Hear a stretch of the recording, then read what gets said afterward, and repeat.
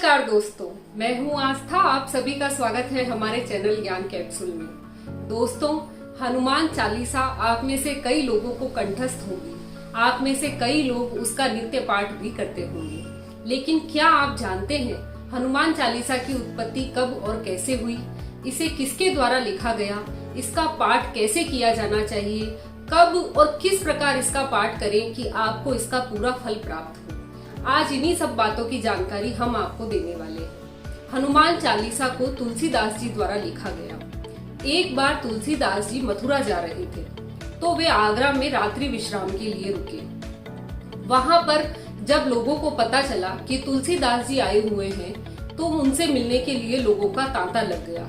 अकबर के नवरत्नों में से एक बीरबल भी तुलसीदास जी से मिलने के लिए गए। जब अकबर को इस बात का पता चला तो अकबर ने पूछा कि ये तुलसीदास जी कौन है। इस पर बीरबल ने बताया कि तुलसीदास जी राम के भक्त हैं, रामचरितमानस के रचयिता हैं। अकबर ने भी तुलसीदास जी से मिलने की इच्छा जाहिर की।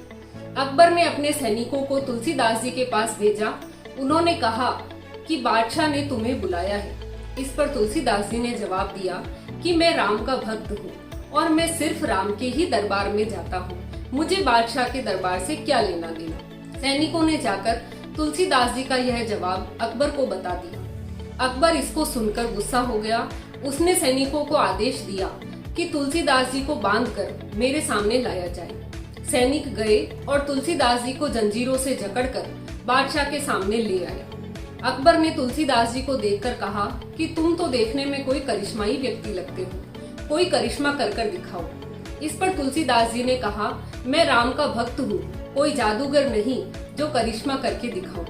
अकबर यह सुनकर और गुस्सा हो गया। उसने तुलसीदास जी को काल कोठरी में कैद कर दिया। दूसरे दिन अकबर के लाल किले पर सैकड़ों बंदरों ने हमला बोल दिया।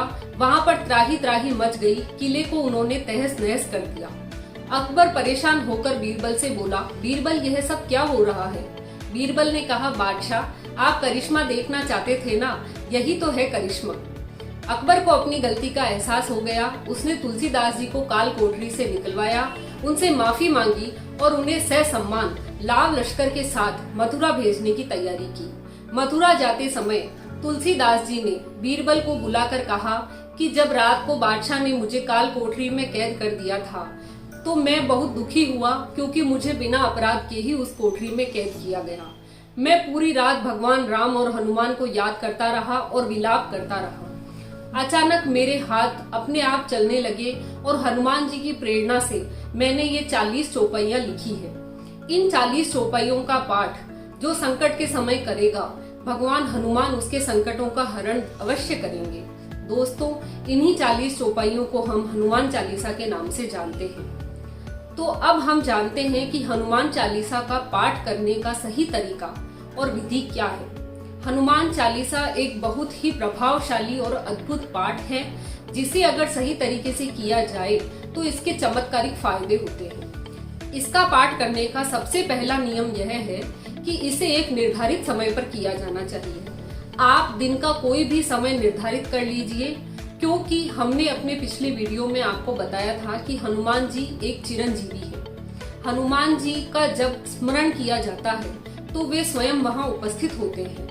इसीलिए आप हनुमान जी को आमंत्रित करने का एक समय निर्धारित कर लीजिए। उसी समय पर आप पवित्रता से नहाकर स्वच्छ कपड़े पहनकर, अगर आप घर में हनुमान चालीसा कर रहे हैं तो घर के ईशान कोण में लाल वस्त्र बिछाइए। उस पर हनुमान जी की आशीर्वाद की मुद्रा में तस्वीर को स्थापित कीजिए। उसके आगे दिया जलाइए, जल का कलश भरकर रखिए। अगर आप चाहें तो हनुमान जी को गुड़, बूंदी आदि का भोग भी लगा सकते हैं। हनुमान जी की तस्वीर को सिंदूर भी लगा सकते हैं, उनके चरणों में सिंदूर लगा सकते हैं और उसे अपने मस्तक पर धारण कर सकते हैं। आप यह सब करके हनुमान चालीसा का पाठ करने के लिए एक लाल रंग का आसन बिछाइए और उस पर विराजमान होइए। ऐसा अनुभव कीजिए कि हनुमान जी स्वयं वहां पर उपस्थित हैं और आपका पाठ सुन रहे हैं। एकाग्रचित्त होकर हनुमान चालीसा का पाठ कीजिए। आप चाहें तो हनुमान चालीसा के पाठ के साथ हनुमान अष्टक का पाठ भी कर सकते हैं। हनुमान अष्टक के द्वारा हनुमान जी को उनकी शक्तियों को याद दिलाया जाता है।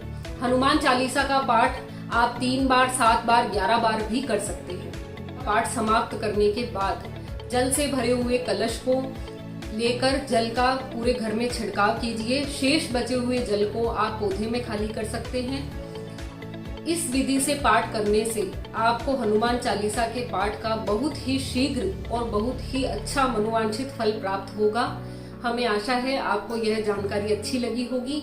अगर आपको यह जानकारी अच्छी लगी तो वीडियो को लाइक कीजिए, शेयर कीजिए और चैनल को सब्सक्राइब कीजिए। धन्यवाद।